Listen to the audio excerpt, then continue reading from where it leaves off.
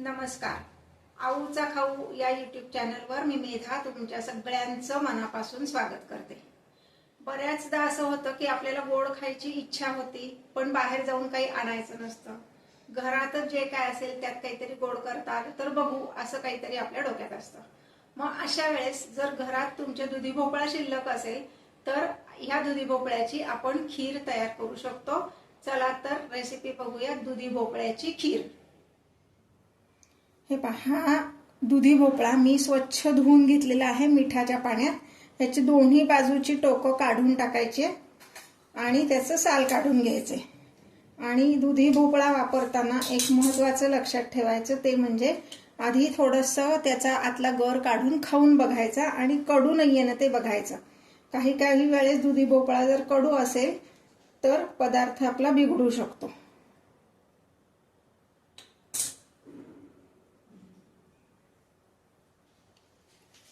चांगला आहे. आता मी ह्याचं साल काढून घेते.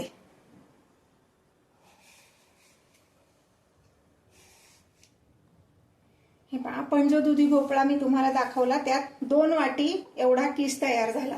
आता ह्यात 1 वाटी जो आहे तो आपण खीर करण्यासाठी वापरणार आहे आणि दुसरा जो वाटीतला किस आहे त्याच्यापासून मी पराठे करणार आहे. पण मध्ये वेळ आहे, आधी आपण खीर करणार आहोत.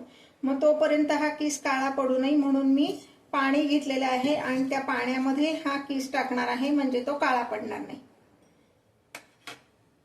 आता हे मी बाजूला ठेवते आणि आपण आधी खीर करून घेऊया. त्यासाठी मी गॅसवर एक स्टीलची कढई ठेवलेली आहे आणि मीडियम गॅसवर आपण हा किस जरा तूप घालून परतून घेणार आहोत.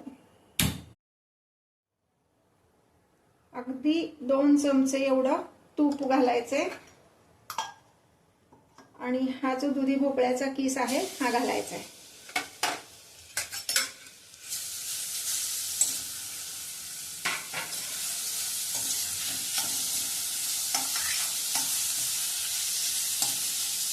तसं दुधी भोपळा पटकन शिजला जातो, त्यामुळे फार वेळ लागत नाही. अगदी 2-3 मिनिटं लागतात.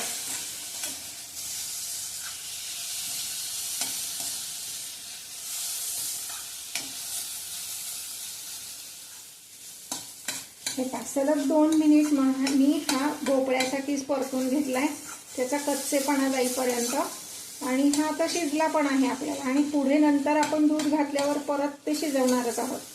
आता मी काय करणार आहे, ह्यामध्ये एक अर्ध भांड फक्त पाणी घालणार आहे. पाणी का घालायचं ते सांगते.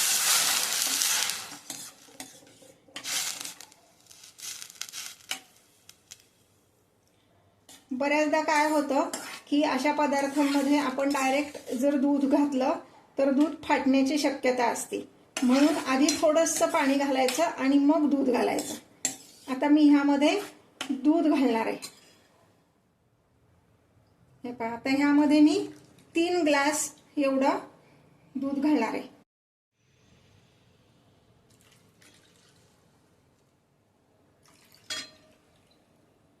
आता गॅसची फ्लेम मी वाढवणार आहे. हाय फ्लेमवर आता आपण हे शिजवून घ्यायचंय.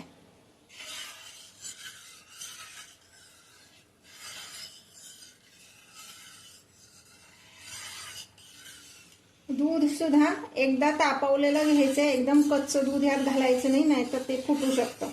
म्हणून मी अगदी म्हणजे तुम्हाला खरं सांगू का, घरात दूध उरलंय आणि आता ते खूप वेळा तापवून त्याचा एक विशिष्ट वास येतो दूध जर खूप वेळा तापलं तर.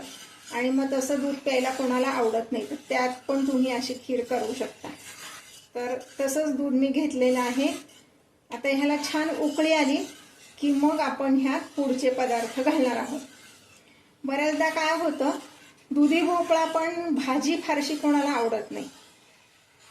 मग अशा वेळेस काय करायचं, असा वेगळा काहीतरी पदार्थ करायचा, म्हणजे दुधी भोपळा खाल्ला पण जातो आणि खरं तर ही खीर इतकी छान होती ना की ती दुधी भोपळ्याची खीर आहे हे कळतच नाही. हे पाहायला छान उकळी आलेली आहे. आता ह्यात आपण साखर घालणार आहोत. मी 6 टेबलस्पून एवढी साखर घेतलेली आहे. साखरेचं प्रमाण तुमच्या आवडीनुसार तुम्ही कमी जास्त करू शकता. आता साखर घातल्यानंतर सुद्धा पुन्हा छान उकळी येऊन द्यायची, कारण साखर घातल्यावर ही खीर पातळ होणार आहे, साखरेचं पाणी होतं त्यामुळे. म्हणून साखर घातल्यावर एक 5 मिनिट आपण हे उकळून देणार आहोत. मी ज्या रेसिपीज तुम्हाला दाखवते त्या आवडत असतील तर लाईक आणि कमेंट करायला विसरू नका. हे पहा, साधारण 4 ते 5 मिनिटं एवढं मी उकळून घेतलंय. आता मी घालणार आहे यामध्ये ड्रायफ्रूटची पावडर 2 टेबलस्पून एवढी,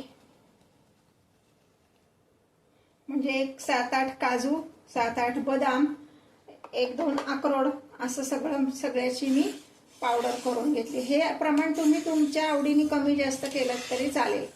ह्यात अजून तुम्ही खारीक पूड घातलीत तरी चालेल. माझ्याकडे नव्हती म्हणून मी घातली नाहीये.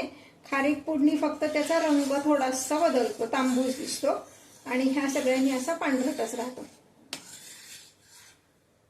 आता ह्यामध्ये मी घालणार आहे वेलची, जायफळ आणि केशर अशी एकत्र मी पूड करून ठेवलेली, ती घालणार आहे साधारण 1 चमचा.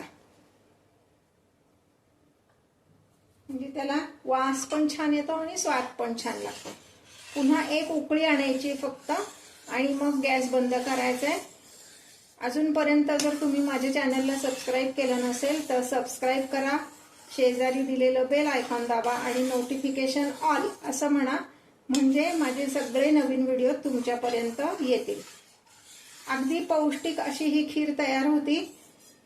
अगदी वयस्कर लोकांना किंवा छोट्या बाळांना सुद्धा आपण ही खीर देऊ शकतो. हे पाहता, आपली ही खीर तयार आहे सर्विंगसाठी. मी गॅस बंद करते आणि थोडंसं कोमट झालं की आपण हे सर्व करू शकतो. आता गॅस बंद करते.